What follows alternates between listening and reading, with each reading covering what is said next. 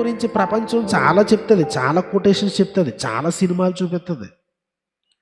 కానీ అంతా అర్ధ సత్యాలు, అవన్నీ అర్ధ సత్యాలు. ప్రేమ అంటే కేవలం పెళ్ళి అవన వాళ్ళ మధ్య ఉండేది అని చెప్తుంది ప్రపంచం.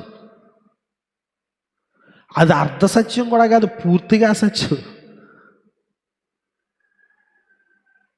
సో కాబట్టి ఈ అర్ధ సత్యాల నుండి మన యొక్క మైండ్స్ని కాపాడుకోకపోతే, ఆమె ఏం చేసింది, ఈ మాటలు విని అట్లా చూసింది అంతే. ఆ పండు సడన్గా ఎట్లా కనిపించింది అంటే, అది ఆహారములకు మంచిది, కన్నులకు అందమైనది, వివేకమిచ్చి రమ్యమైనది అన్నట్టు చూచినప్పుడు సమస్య పండులో లేదు. ఇది ఫుడ్ పాయిజన్ సమస్య కాదు, అక్కడ బ్రెయిన్ పాయిజన్.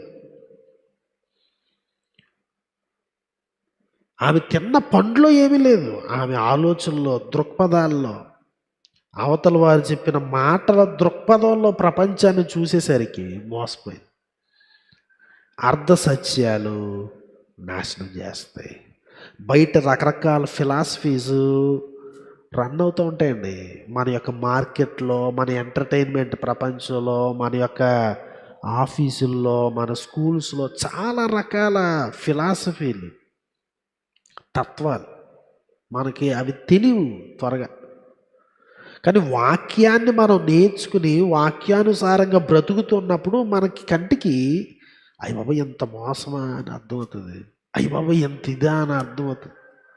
మనం లోకానికి విచిత్రంగా కనబడడం ప్రారంభిస్తాం. సో కాబట్టి ఆలోచన చేయాలి.